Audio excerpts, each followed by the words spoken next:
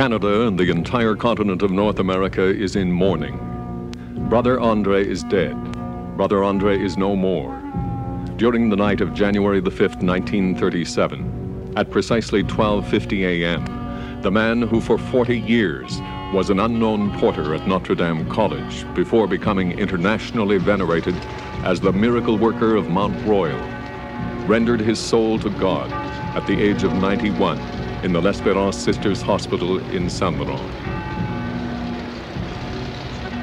Carried by the radio and newspaper, the word of his death spread like the wind to the four corners of the country, as well as through the United States, where special trains were made available to the pilgrims in cities of Maine, Massachusetts, Connecticut, Rhode Island, New Hampshire, and Vermont.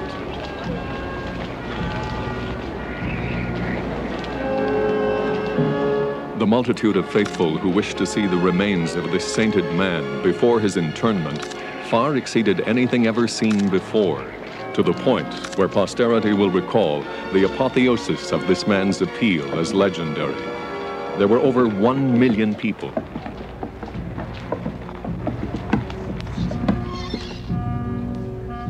For nearly a week, the mortal remains were lying in state in an open coffin.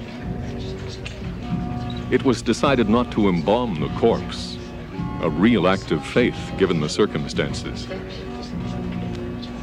The casket was surrounded by a forest of mementos, which bore testimony of his enormous popularity.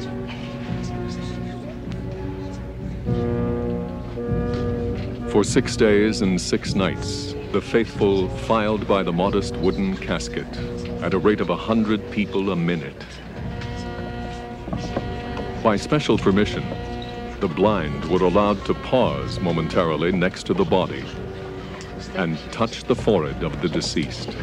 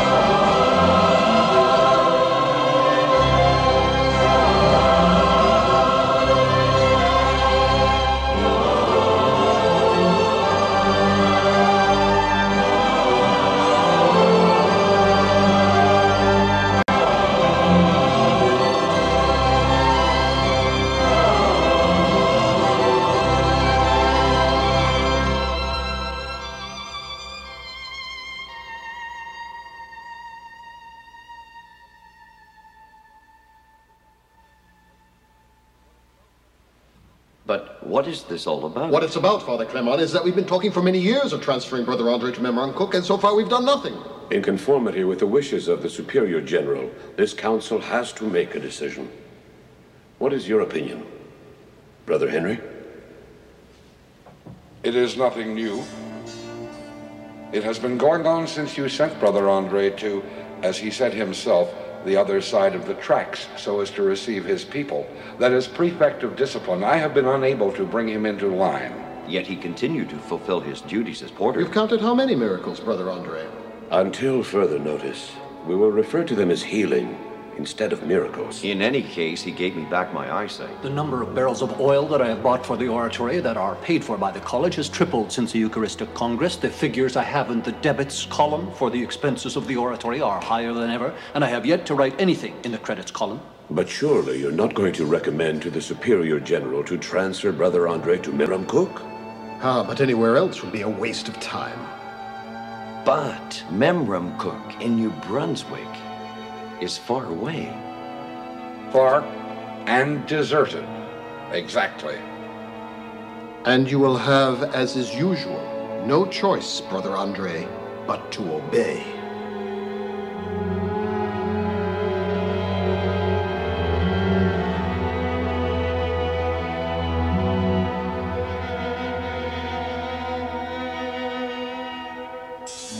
11th station. Jesus is nailed to the cross. We adore you, Jesus, and we bless you.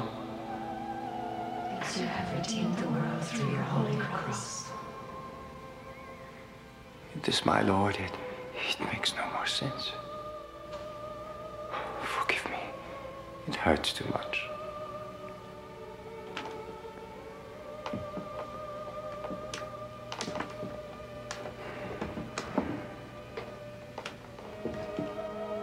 The man who's hammering and hammering doesn't even hear you.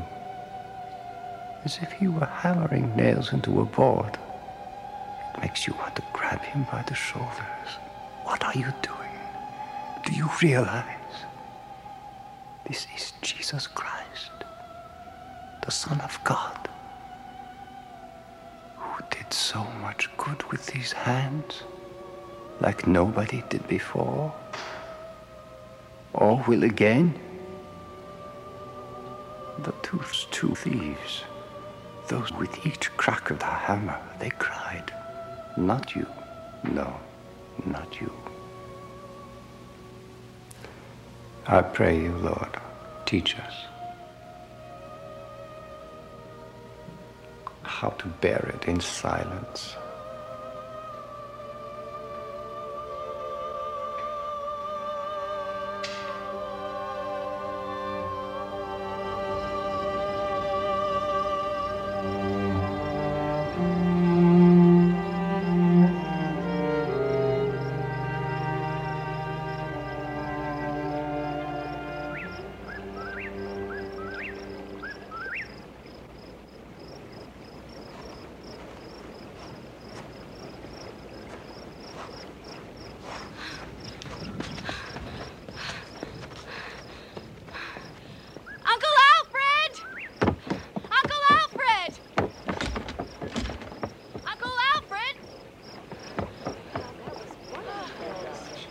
Thank you, Brother Andre.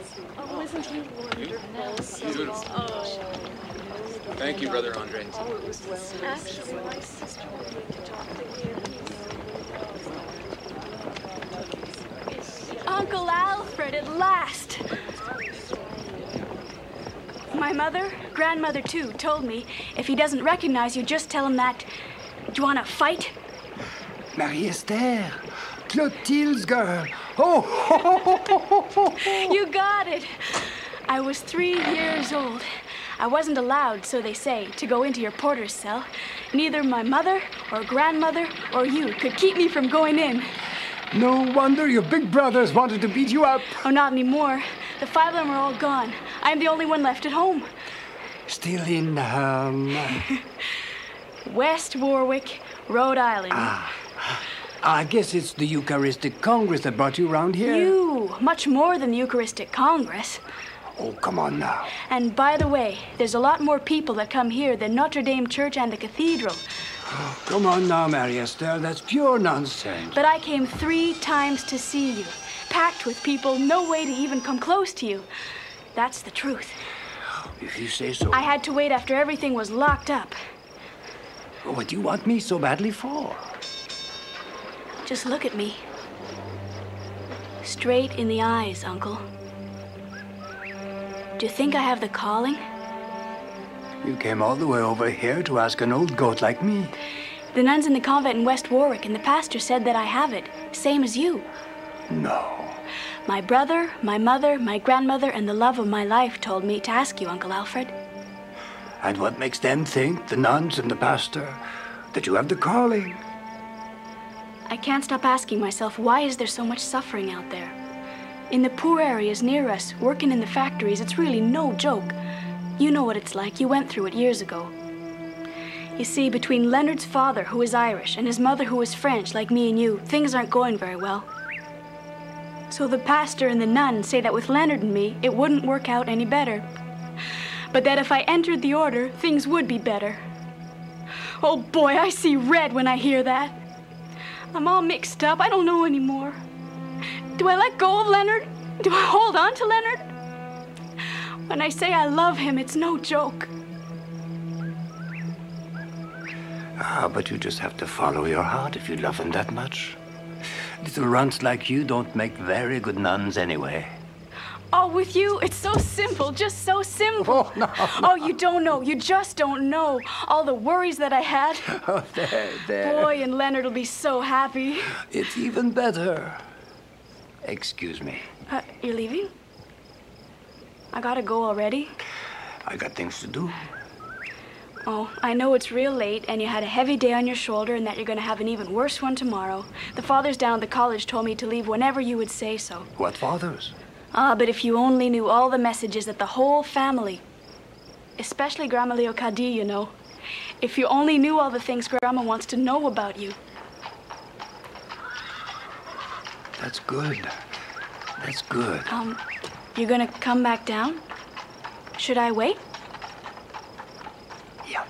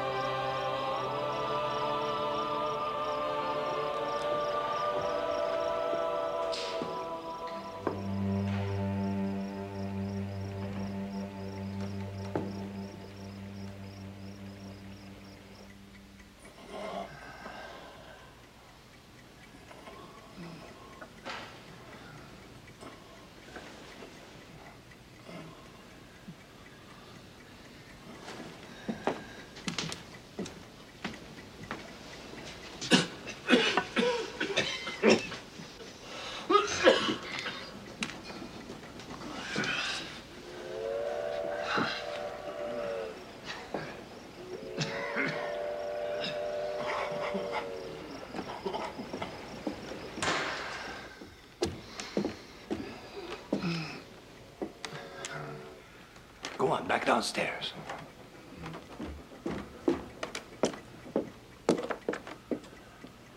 Lift him up very gently.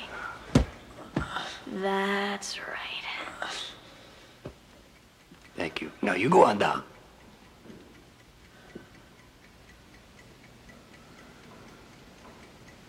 This isn't where you live, is it? Go on, go on.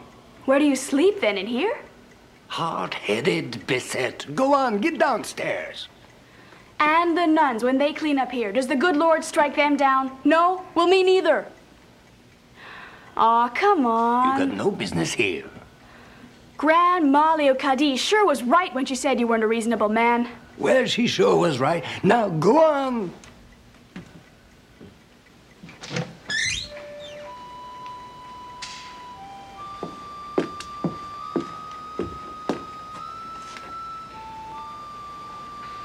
I usually leave it open. 'Twas so I wouldn't wake them up when I did the way of the cross, that I closed it up. I understand why you wanted to stay here. You know, the pastor and the nuns in West Warwick, they've got good reason to believe that you should enter the order. You didn't change your mind there. No. Come on.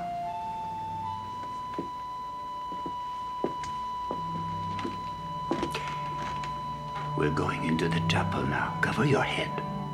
No. There's nobody here but you and me, right? And him. He can't possibly be upset with me only for that, not him.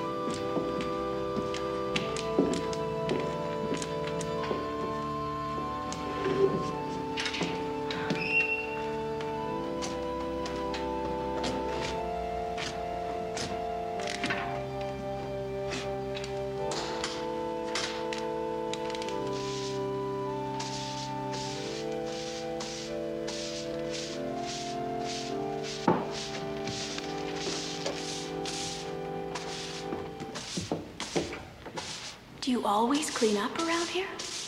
Well, sometimes. Most of the time it's the sextons, the brothers or the nuns. And today? Too many visitors, you saw? Until very late tonight.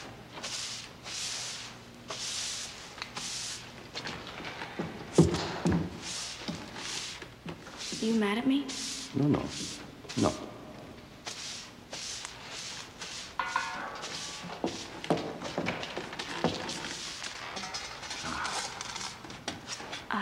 Do you want me to be quiet in the chapel? No. You sure now? I won't talk loud. Right.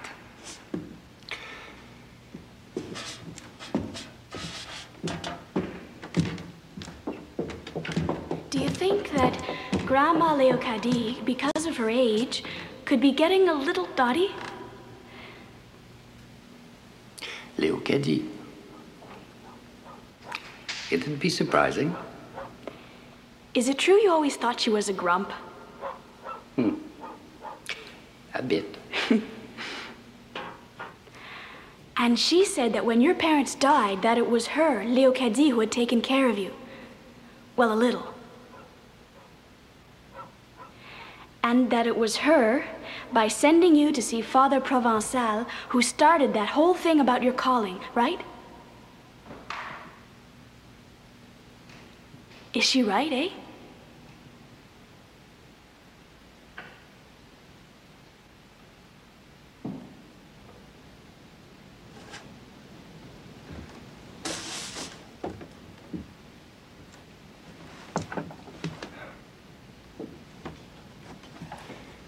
Mama. No, she wasn't a grump at all. Had a great devotion for Saint Joseph. The most forgotten of the Holy Family, she'd say. A carpenter, just like your father. One night in Saint-Césaire Church. At that huge church there? Yes. One evening after the month of Mary, instead of leaving, well, I sat down in front of Saint Joseph's altar.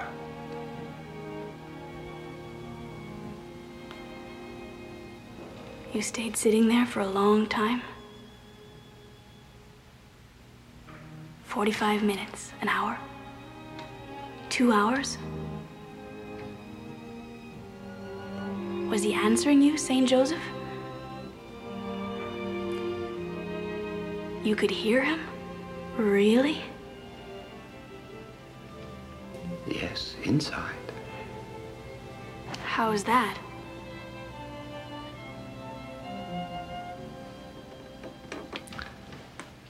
Your Leonard. Don't you hear him all day long inside of you? Doesn't he hear you all day long inside of him?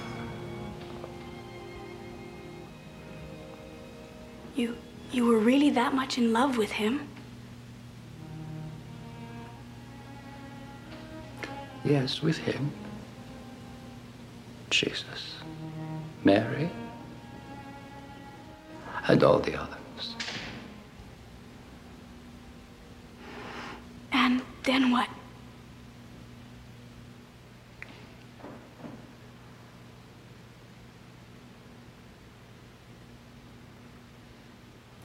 I didn't know that behind me there was Father Provençal and Brother Aldrich standing beside the big altar. Well, I continued chatting with Saint Joseph. He has never studied theology, has barely any schooling, has almost never worked, not a cent, poor health. What should I do with him?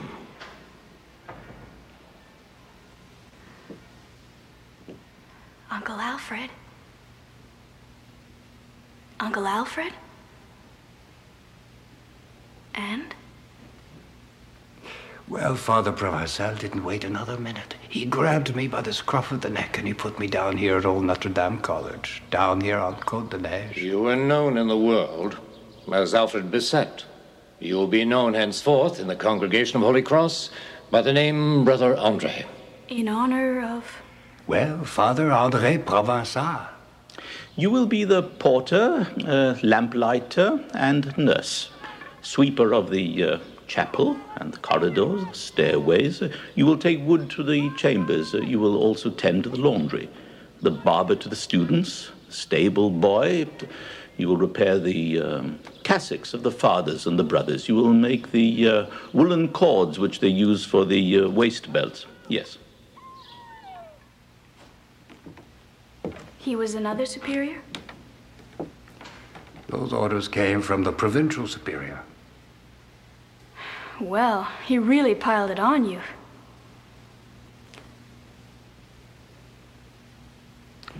As long as they let me stay here. You cannot take the temporary vows. Because of the state of your health, we do believe that you will never be admitted into the order. What did he mean by that? Maybe they wouldn't keep me. My health was not all that good. Will you stop dipping dry bread into skim milk? You can't make me believe it's your stomach that doesn't want you to.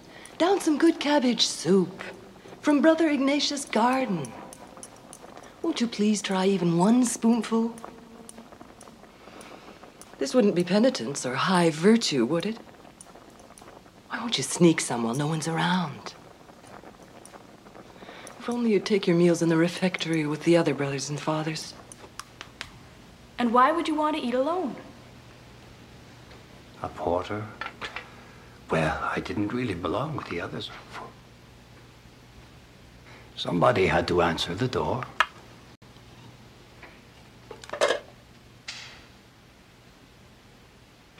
It all worked out in the end, in my favor. The old Father Hupier. The fathers on the council are all wondering, like Sister Gertrude in the kitchen, who could be sustaining you? How is it possible for you to do all that work when you're eating so little? You will be taking, shortly, your vows of profession as a brother of Holy Cross. My heart, you understand, was pounding so hard. Finally, I'd be taking my vows. The community would never send me away, ever. They never wanted to send you away. No. But the old father. What is wrong, Uncle? He suffered so badly through the winters here. The doctor at the college came to see him up here one night in February. That dear Dr. Charette cannot understand why our Superior General would have me sent here at my age. I believed I was still useful, well-rooted, back in France. But here I am. The Provincial Superior is sending me next year, or so it seems, to Memrem Cook, out in New Brunswick. With that cold sea breeze, I was telling him the provincial superior can't send you there. You'll probably freeze to death. Tossed about like... You too know what it's like to be tossed about, don't you? Ah, from when I was 12. Well, I hopped from one job to another. In Saint-Césaire, all around near you in the States. And were they going to send me off in a way just like him from one place to another? Oh, when you have been tossed about unreasonably when you are younger, then you may not have to bear much pain when you are older. The moment he revealed that to me, I understood. I didn't know where to begin to thank him. Could you please take just a little bit of oil out of the lamp of the sanctuary? I didn't know what he wanted it for. In this new country, Canada, you haven't yet resorted to this practice. In the old France, it is in common usage. I took it and I put a bit of hot oil in a bowl, a little one made of porcelain. And when it was cool enough, coated his ear like he wanted it. I watched how my mother rubbed some lard on all our scratches, real gentle-like. So I did the same. Is that really going to be able to chase away the pain? I asked the old father. It happens that the physical pain vanishes, maybe not every time. St. Joseph's oil, as we refer to it back home, because we take it from the lamps that burn in front of his altar. It may not always benefit the body, but it always did help the soul and fortified it. Of course, as long as they had faith, and they plagued St. Joseph. To pester him, as you said yourself. As I was saying, if the pain becomes acute, let it be the will of God. Since a great number hear nothing and do not wish to listen to the suffering, it is up to the chosen like you and me to render them the service of suffering for them and with them, so that the mystery of the passion reveals itself in any way, even the slightest of ways, unto their eyes. I had no more oil. I wanted to get him some more. Not for me, no. But from now on, you will do it for others. Do it from now on for others. And this is when I began to do it for others. I continued doing my laundry chores. Once or twice a week, I'd harness Napoleon to the buggy in the summer or to the sleigh in the winter. And I'd exchange the bundles of dirty laundry for suitcases of clean clothing at the parents of the students of Côte de Neige, the ones who were boarders. One of the women, her husband had pains in his kidneys.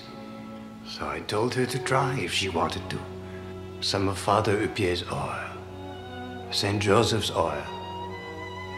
But to pray to St. Joseph otherwise? It wasn't long before she turned up at the main door with her mother and a neighbor. Then others started coming. The students' parents began to grumble. Is the porter of the college turning his quarters into an infirmary? And some of the fathers and some brothers didn't look on it too kindly at all. The old Father Hupier was telling me to keep going. How I listened to him. And when he had the time, I'd go see him. And spend my evenings in the chapel of the old college. If you do decide to follow the ascension, the rise which since your childhood you have embarked upon, thanks to your mother, you will know such joy and hours of beatitude. You will also know deep sorrows and hours of great despair. Could it really be happening to me? The old father didn't doubt it at all. In our ascent towards the one that we call God, St. John of the Cross saw it in 3 steps, each one being like one night.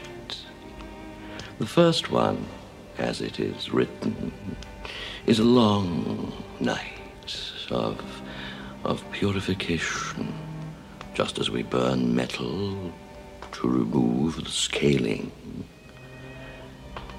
You may also find yourself having to endure a second step, a terrible night of blackness, arid, night so black, filled with dread, with the weight of the cross that is crushing you. It will seem as if God had deserted you. My God, why hast thou forsaken me? He couldn't do that to me. I couldn't bear it. Alone, but of course. No. What will be if I'm abandoned? Did God our Father truly abandon Jesus Christ on the cross? Less than ever. Less than ever. Christ lived, so to speak, at the same time both the second step and the third step.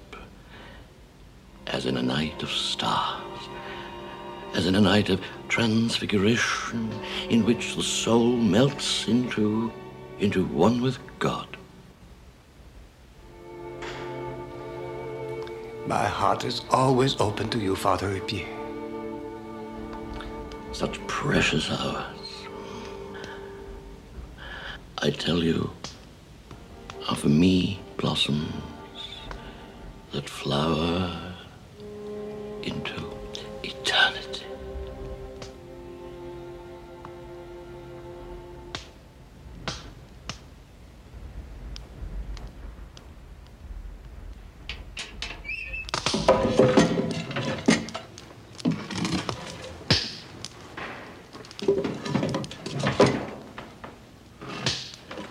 He spoke to me, all cuddled up in front of the wood furnace like this one, in the middle of the chapel of the old college.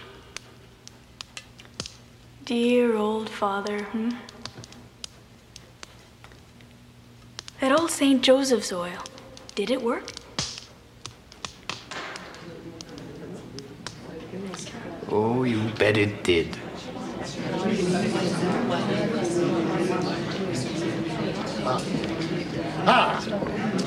Will you tell me what is going on, Father Gastineau? If your porter is unable to do his work, if he can't go and fetch the students in the college, who will do it? I'll see to it, Mr. Couture. I'll see to it. Do not worry. And what are these stories about bronchitis, chicken pox, hives, and measles, and all those crowds of cackling women? They waltz around like they're in a barnyard. Well, Father Gastineau wasn't amused at all. Brother Andre, you will tell all these women that as porter, your post doesn't allow you to take care of every disease and infirmity in Cotoneige. You do understand me, don't you? And I kept telling all those women. And they kept on coming? And it rumbled and grumbled. But not just for that. Who here decides if a child with a contagious disease and a fever of 103 degrees can leave the infirmary and is well enough to play in the yard? The college doctor, or is it Brother Porter? You know who we're talking about, Brother Andre. The young cardinal boy. How long did you have to rub that one down for? While invoking who and reciting what? Nothing like that, I told him. I just walked by him. He seemed to be all right. He was boiling. 102 3/5. Verified. Not 2 hours ago. But he hadn't any more fever. The doctor made a mistake? Oh, no. From now on, you keep your nose in your own business, understand? Did you speak to the child? Me? All I said was go out and play. By whose authority, I pray you? If ever in the future you witness a similar phenomenon, you will advise Dr. Charette. Ah, but more than that. He will be forbidden access to the infirmary. Did you go there often? Every day. I never want to see him here. Understood, understood. And this rubbing of St. Joseph's oil on the whole of Côte de Neige will have to stop as of today. We will see to it, Doctor. We will see to it.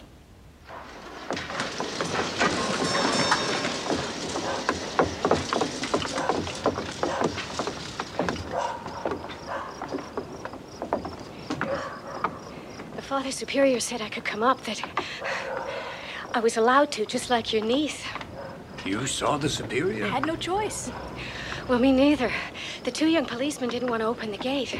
They sent me off to ask permission to Father Superior, who was walking along with Father Clement in front of the college. It's still all lit up at this hour. All right, anyway. It's about my William. He's put his left shoulder out almost a week ago. I had it put back in, but I don't know if they did something wrong or not.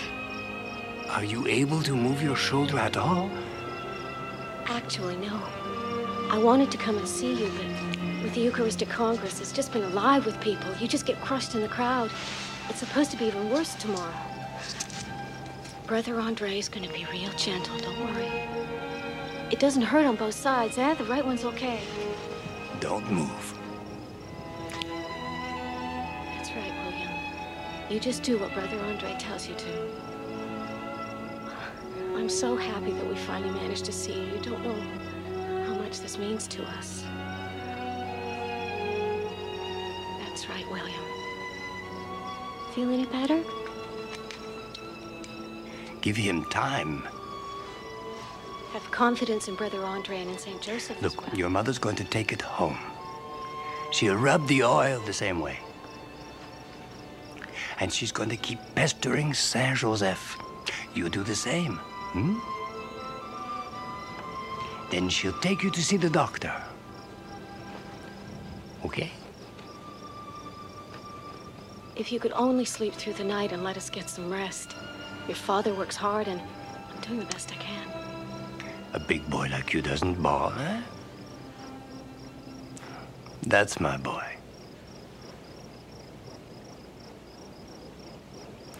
You're so good, Brother Andre. You're so good. Is, your niece staying at Madame Cardinal's tonight? She'd like to know about what time you'll be coming down. Later, I'll see to it. You take care now. Good night, William. Good night.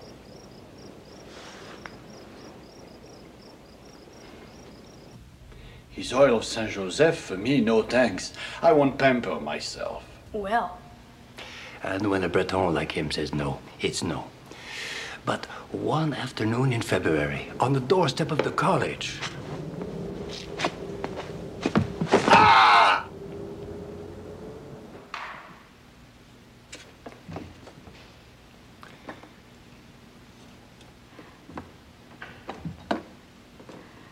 A real deep cut. Down to the bone. Ooh. Then gangrene starts setting in.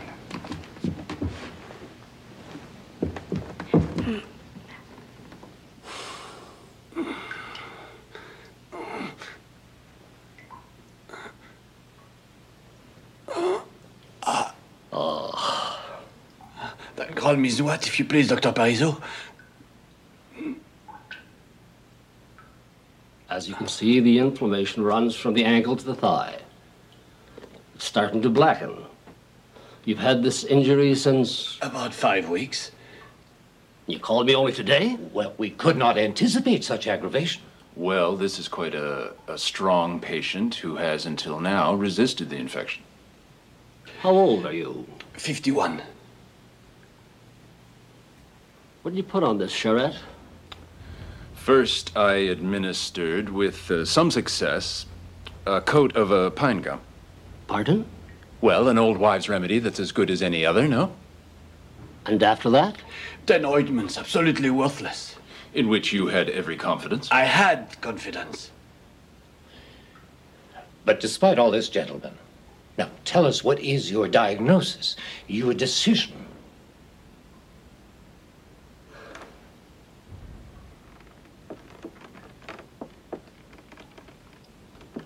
For now, he will have to stay off that leg, yes? Mm-hmm.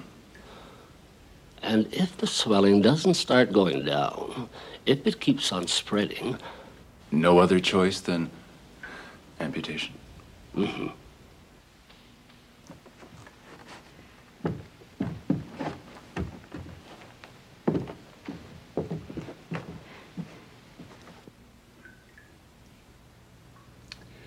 I'm not so sure about this, but go get me some of your oil. I always wake up the brothers and the fathers by knocking at their door and saying Benedicamus Domino. That morning, at his door, I had barely said Benedicamus. Come in. It's incredible. The crust is dry, and the pain is gone. Cured right then. Thanks to who? So he wrote to France. His letter fell into the hands of a journalist of Montreal who was traveling back there. And as soon as he came back home, the headlines were as big as this. Can't Brother Aldrich come out and tell us himself what he wrote? Look at all this commotion you've created, Mr. Journalist. It's not my doing, it's Brother Andre. You wrote this article. And I'd like a statement from your Brother Aldrich and from Brother Andre in person. You must understand that Brother Andre just can't see you under these circumstances. You're the superior. You know what's going on. What do you have to say? What is your opinion on this miraculous healing? I do not agree with the way in which you have run after sensationalism when we would have appreciated a bit more discretion. A faith healer on the other side of Mount Royal. No. The next day, the crowds washed up from the lower parts of town like a river in spring. No way of stopping it. Filling the corridor, trying to break my door down. I was afraid of being crushed.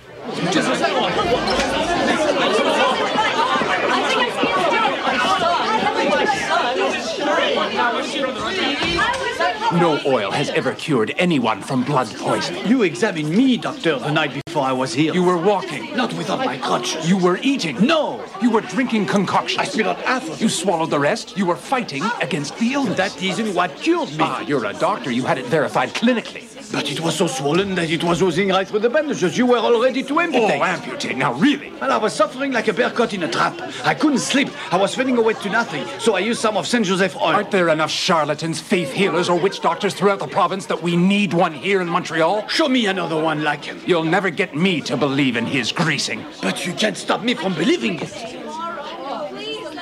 Those who refuse to see become blind. They shut their eyes. We have entered an era of exact science. I don't disagree. I'm not saying that there's nothing in their science. But to say that there's nothing in our faith, that's all we need now. A pretty dispute, which is not about to finish. And you are right in the middle of it. In between.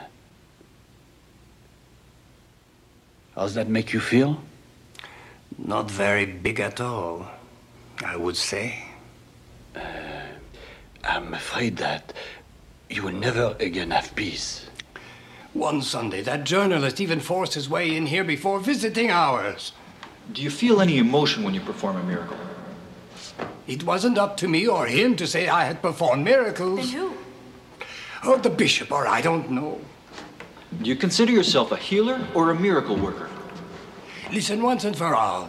Saint Joseph is using me to heal the bodies or the souls of people. Call it whatever you want. But what do you feel inside when you heal someone? Nothing. For real now? Sometimes, like a force coming from my fingers. Did you not heal Martin Hannon? It wasn't me. Saint Joseph, if you insist.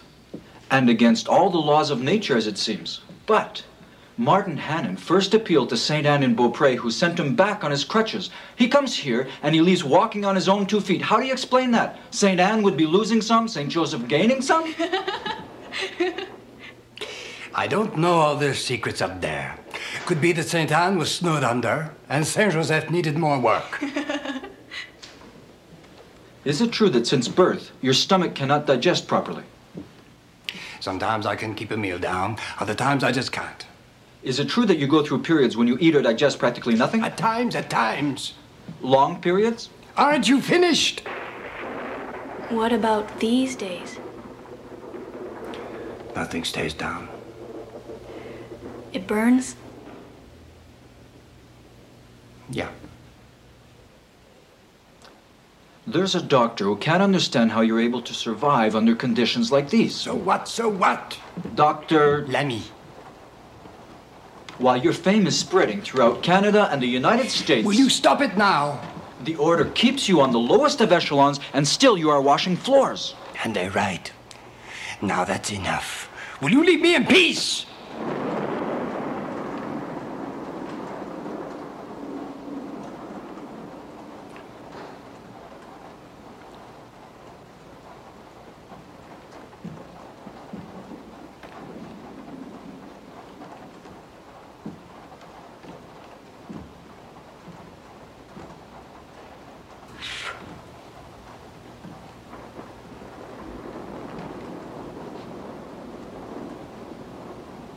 Was it like that often?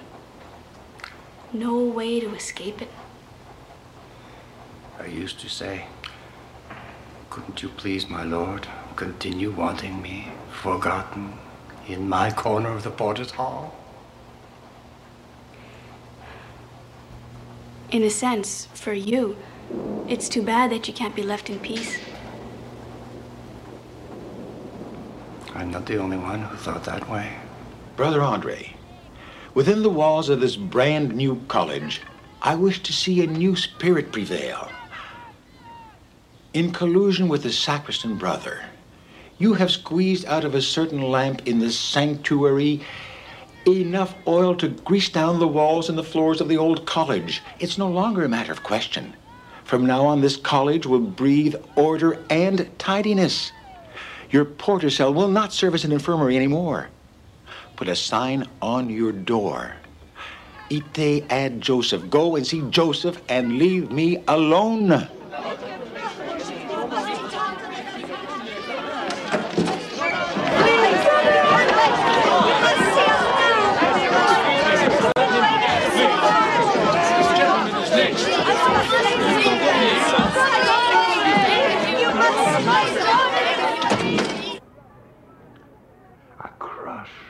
Well, what did you expect? If it was just me who was attracting them here. But since it was much bigger than me, Saint Joseph himself who attracted them. Oh, nothing to do with you. Well, let's say I was like his servant on earth, but it's him who attracted them. Well, you see, with a bigger corridor, more space, there were more.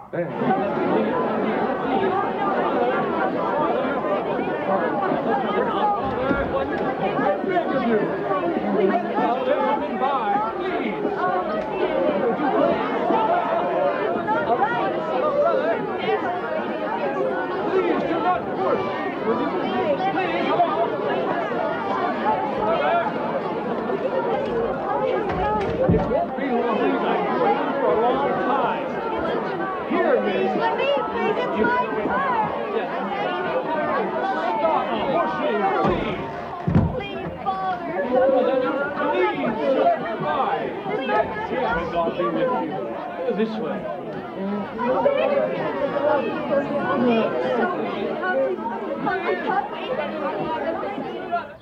Did you not understand what I said? But once they're inside, listen here. I can't really throw them out. And I had forbidden the distribution of your oil. Well, you see, that oil there for many of them is something sacred. It's almost like the hand of Saint Joseph himself. Pardon me? You really said that? Without being disrespectful. I think he didn't understand. Besides, after that he just disappeared somewhere. Oh, yeah? He was the last French father to be superior of the college. It was Father Dion who took his place. The great big giant that I saw down there? Yeah. With all of these epidemics running around, I don't like to see your scrofulous ones piling up inside the college. I didn't like that either. Watching them coughing to death in the corridor among the students. The nights I spent in front of Saint Joseph. The nights? The nights. To keep an epidemic from breaking out in the college. It isn't 50 boarders anymore that you have, Father Dion, as in the old building, but 300 adolescents. Can't you see the devastation that could be caused by an epidemic? Have you recently ventured into the city of Montreal, Father Dion? As the port is spreading out, the city grows and grows. Apart from a few areas, the whole of the city is a pile of old housing, unhealthy and infected. Where one epidemic follows another. But can you see the danger, Father Dion? I am aware of the danger. But the more I forbid them to come and see Brother Andre, the more they come. And with the tramways they've installed, all the suburbs will be rushing up here. Our children, Father Dion, our children. You will receive from now on your people, Brother Andre, in the tramway station. In the tramway station, Father Dion? There is no other solution.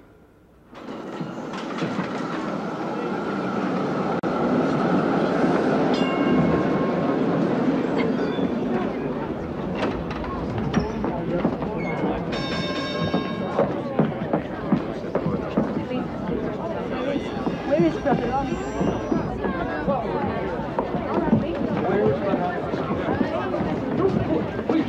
Oh my God, Brother Andre is here.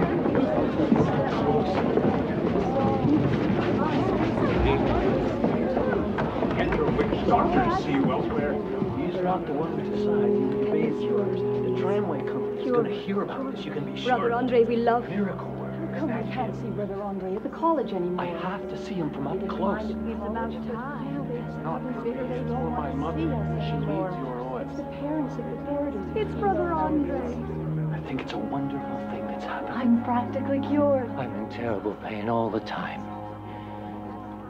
You won't be anymore. I could only touch The pain just left you. But you're right, it's gone. Oh, I can't believe it.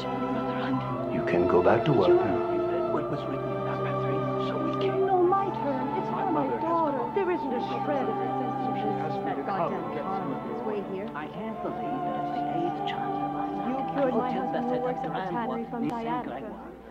Cure me. Keeping us from seeing you. How come? What in God's name is hold up?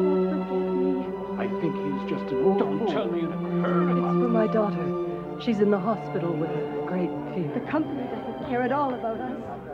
Pray for her. Each time you say, Our Father who art in heaven, his ear is close to your mouth. God bless you, brother. There's enough room for all of us. Hey, open the doors. The tram's here.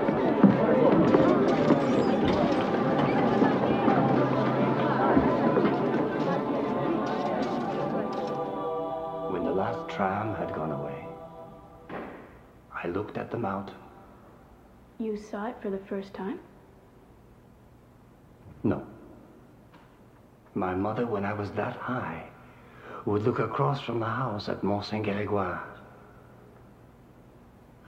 It's just like Mount Tabor, where our Lord would go to pray at night. She whispered in my ear. It's a pretty mountain here to spend the nights on, praying. That's it, eh? Has it been your dream?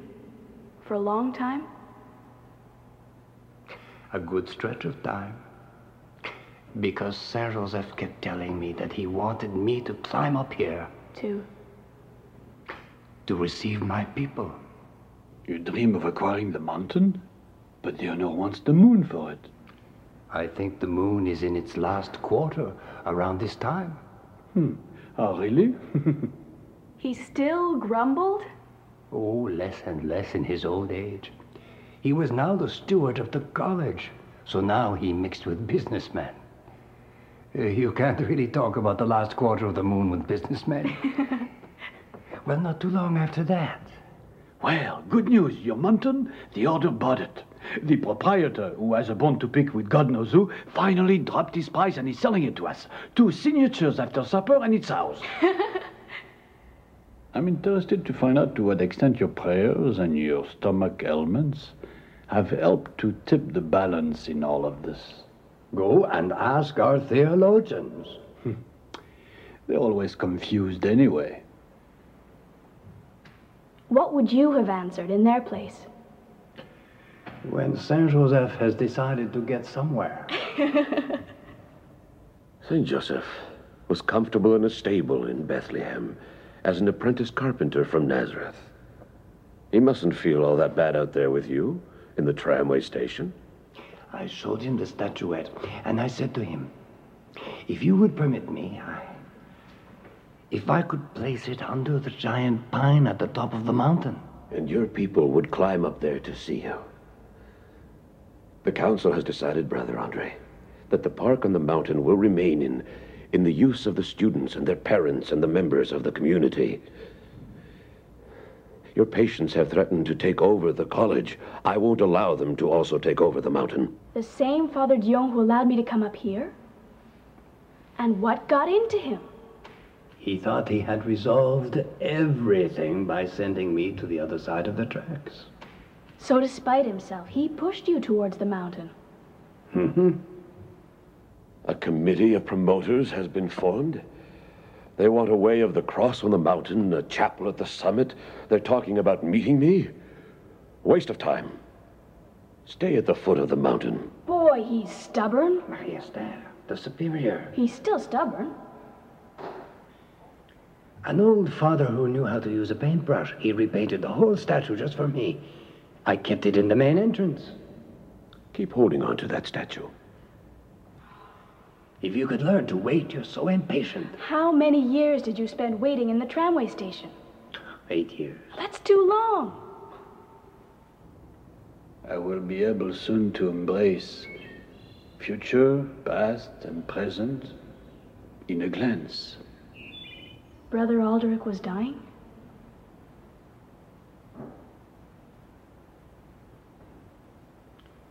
And how it cost me. The pretty mountain, eh? All wooded. How can you even think of cutting down such beautiful trees? Nevertheless, you'll cut them, Brother Andre.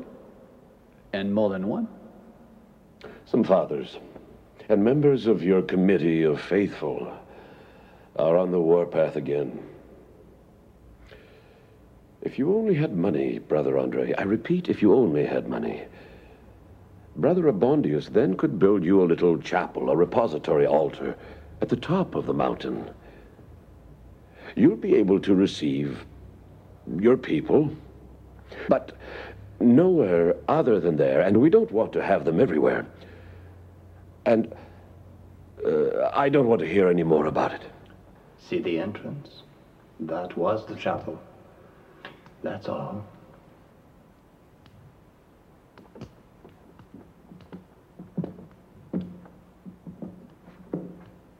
The crowds kept coming and coming, so the chapel got larger and larger. And it won't stop there. I guess it won't. Why are there 7 lamps? In the story of Mary and Joseph, they say there were 7 great sorrows, 7 great joys. Oh, really? Don't you think you'd better go now? Uh-uh. Well, as you wish. Well, I've got to go and take care of the lamps now. I would prefer if you didn't come to the altar. You know it's forbidden.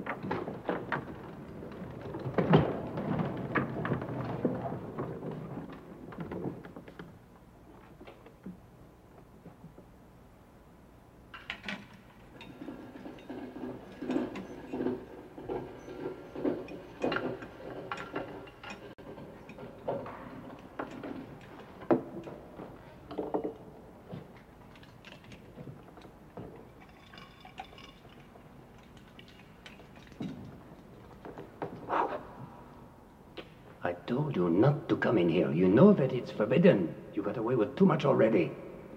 You're gonna burn yourself. Be careful.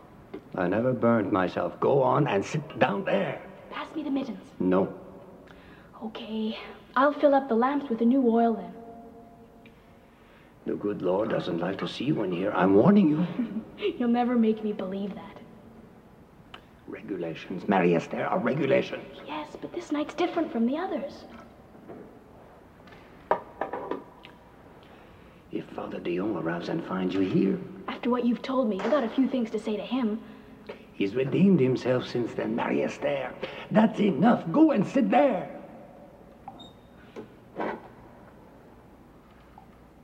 Pig-headed. I will never become a nun. You're quite right there. But I envy them a little bit anyway. Let me for one night pretend I'm one of them. You're not serious. One night in my life, Uncle. Aw, come on.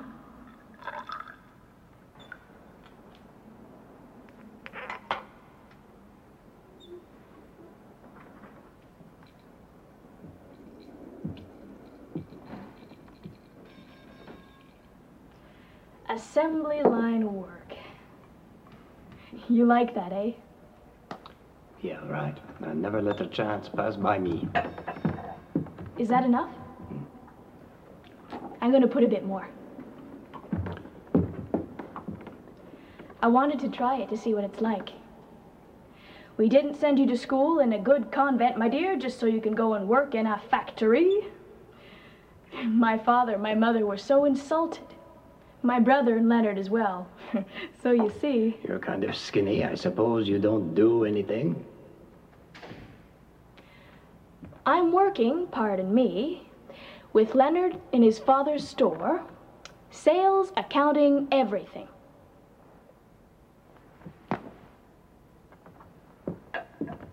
Well, thank the good Lord. I'm quite a bit luckier than you, eh? Bit more, yeah. I guess we can say that your assembly line work started again, eh? Seeing over 40 people an hour. You're lucky there's never too many cackling women. Well, insolence like yours isn't much better.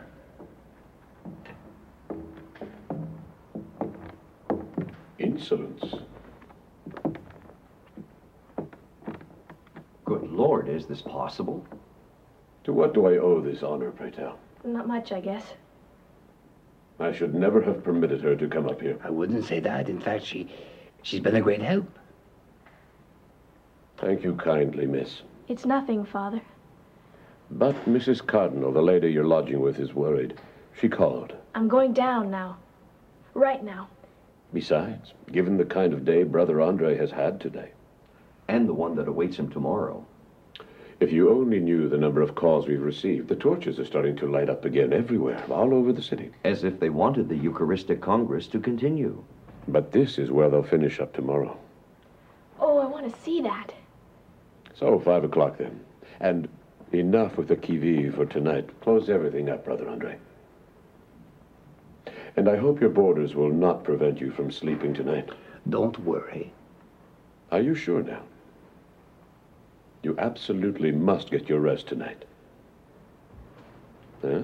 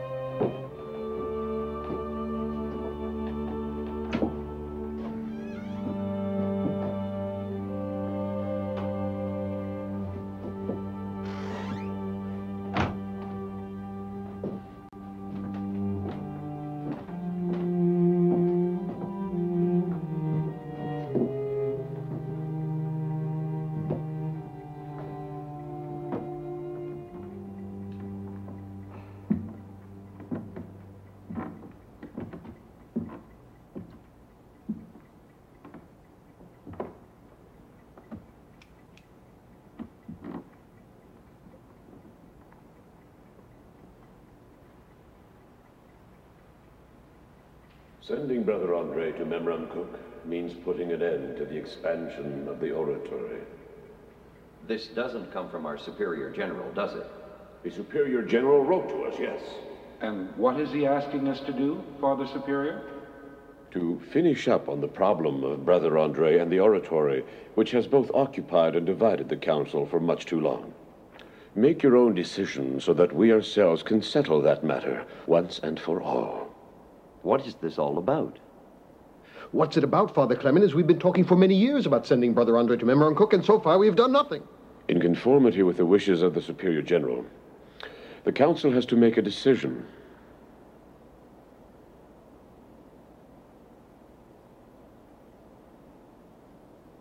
Brother Henry? It isn't something new. It has been going on since you sent Brother Andre to, as he said himself, the other side of the tracks for his people to see him, that I've been unable as discipline prefect to bring him into line. But he continues to fulfill his duties as porter. What are you reproaching him for? Ignoring the regulations. According to you. For doing whatever he wants. But I don't know anyone more submissive. Submissive. As though he was alone on the mountain. Without rules, without supervision. He obeys Father Superior. It is Father Superior who is bending to the wishes of Brother Andre. If you please. I will not hear of such things. He wanted a shelter, a waiting room, an office to receive his people. He got them. It was needed. He wanted a house for the personnel of the oratory with the father confessors and lay brothers, even nuns, and a sacristan. He has it all. He wanted a boutique for religious articles. He got it. He wanted to board just whomever under his roof. He does it. That's enough. He wanted to go out at night. You gave permission. Just a few times recently to rest himself after an exhausting day. But he's not the only one that's exhausted.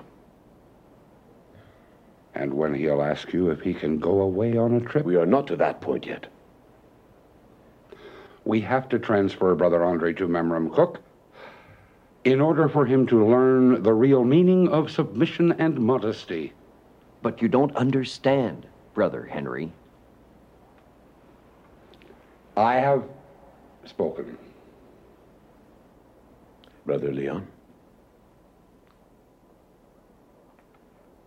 The letter from our Superior General is reminding us that for many years our vocation has been to educate, that we have to devote our time to our teaching houses, and that a devotion to St. Joseph must not deter us from it. Oh, really now? Furthermore, it has turned into, according to our Superior General and our theologians, a kind of sub-religion.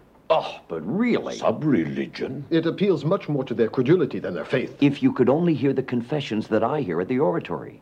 But to have to cut up your old cassock into little pieces, Brother Andre, so that some zealous faithfuls can sell them under the counter at the shop as religious articles. Oh, no. That your hair and your nail clippings that the nuns retrieve while cleaning up your little room are sold there, too. Do you still call that faith? Relics of a living man, Brother Andre. We must stop this. Who's going to stop it? You? I will inquire about these occurrences myself tonight. You're going to intervene, Father Dion. The same way you dealt with the pile of canes, back braces, and wooden legs that you swept out of the chapel, only to see them replaced the next day so that it wouldn't look like a pawn shop anymore. But if you had seen and heard Brother Andre the next day, you would have done the same. Grateful people have left them there as trophies of recognition. You've counted how many miracles, Brother Andre? It's not for me to keep count. Until further notice, let us refer to them as healing instead of miracles. Well, in any case, he gave me back my eyes. But is it really Brother Andre who did it all? Or St. Joseph, huh? Why, the both of them.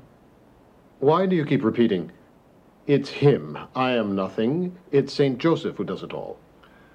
For me, that's true. If I have a gift, who do I get it from?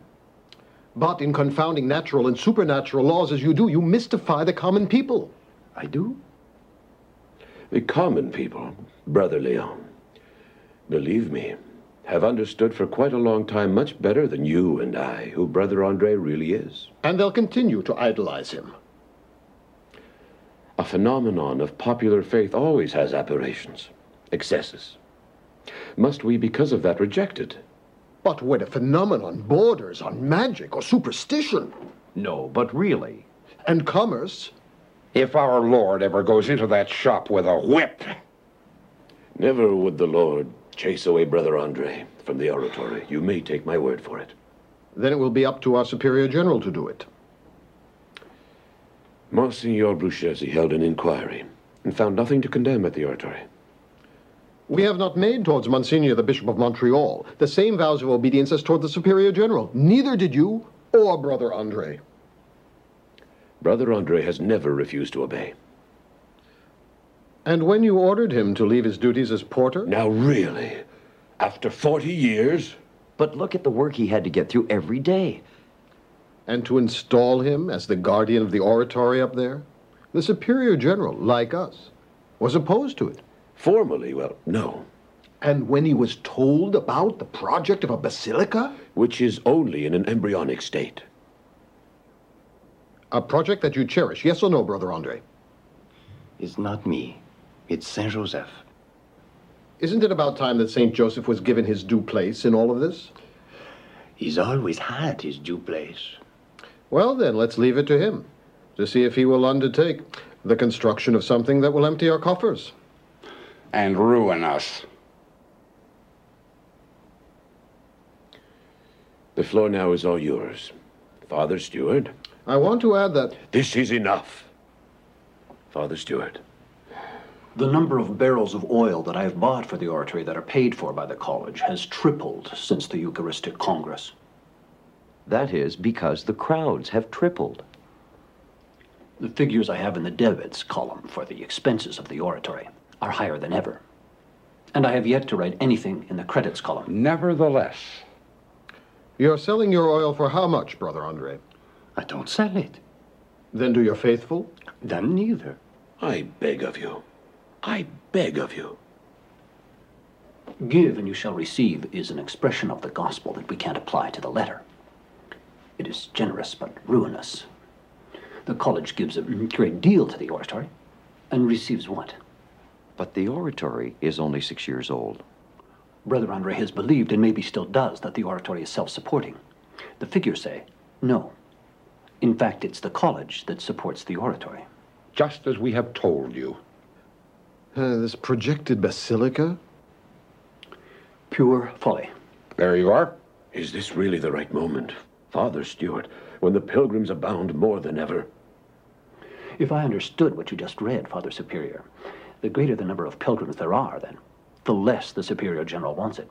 The more he worries. And the more he opposes it. But it's unstoppable. You must admit, Father Stewart, that this is not an enterprise like any other, which involves more than the keeping track of numbers or our reasoning. It goes beyond that. You yourself are counting pilgrims, while forgetting that it is the gift of healing of Brother Andre which attracts them more than the devotion to Saint Joseph. Oh, but of course. No. Of course. It's quite enough. Given the age and the poor health of Brother Andre, how can you thrust upon him a project of a basilica? And what have you done with faith in all of this? But surely you're not going to recommend to the Superior General to transfer Brother Andre to Memramcook. But anywhere else would be a waste of time. Father Stewart. Our houses in Saint Césaire, in Terrebonne, Saint Jerome, all appear to be too close to Montreal. The same with the Indiana cities. Given the number of people and the great recognition that Brother Andre has in the United States, we would only be moving the oratory, only for it to rise once more. But Memramcook in New Brunswick is far away. Far. And deserted. Exactly. And you will have, as is usual, no choice, Brother Andre, but to obey. To obey.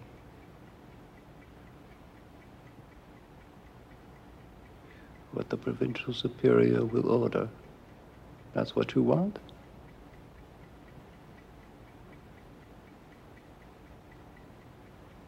To go away to Memramcook. That's what you want?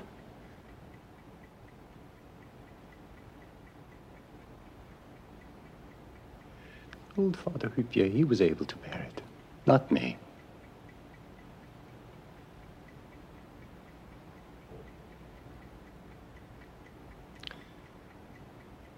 So thy will be done. Oh, him, not me.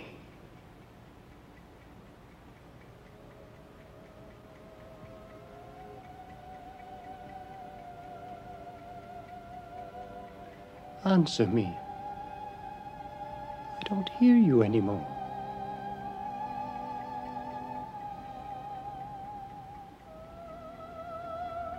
The nights of darkness that Father Huppier spoke about are starting. You think this is the time?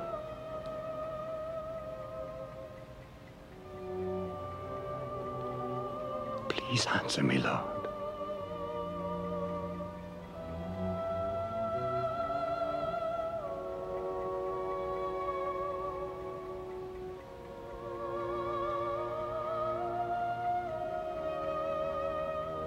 Thy will be done. Thy will be done. Thy will be done.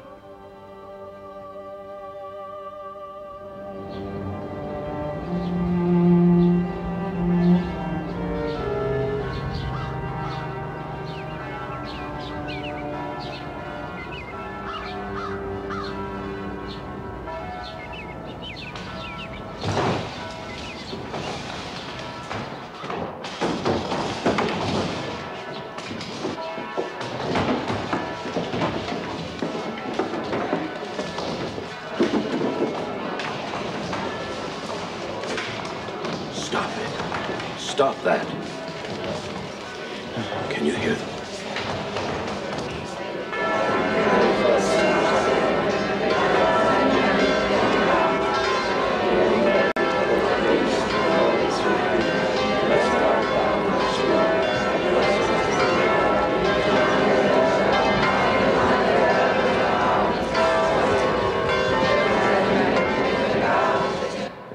You have the keys to the front doors. Go and open them. Go on.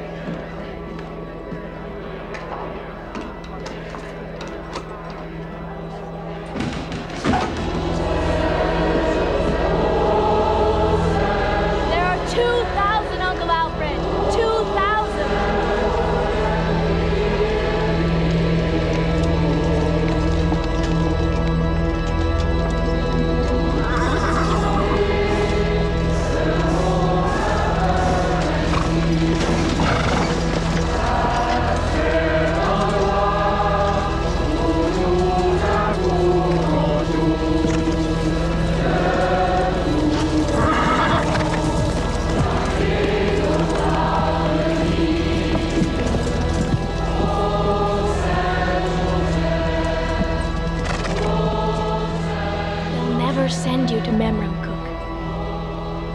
Mrs. Cardinal, where I boarded last night, you should have heard what she said. There were meetings of the college's council that made a lot of noise in Côte-des-Neiges. Those in misery, they're everywhere. They can see themselves in you. It's with them, it's for them that you suffer so much.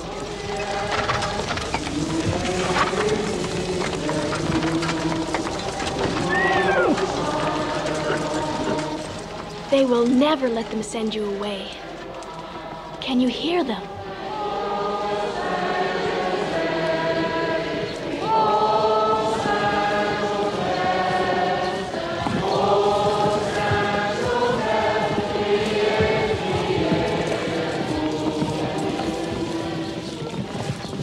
No, they will never let them send you away.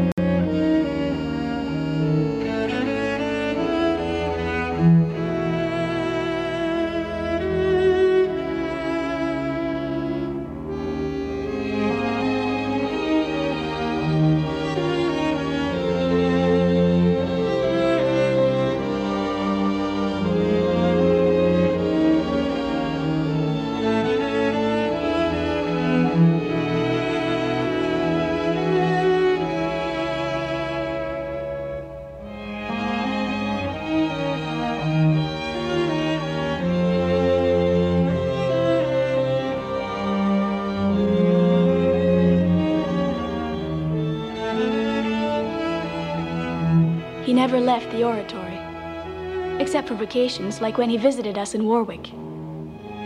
I always wanted to keep in touch with him. I was learning from afar that he was slowly aging, that he was still seeing people by the assembly line, that he was going through long nights of darkness. It was the price he had to pay, he said, for the basilica to rise.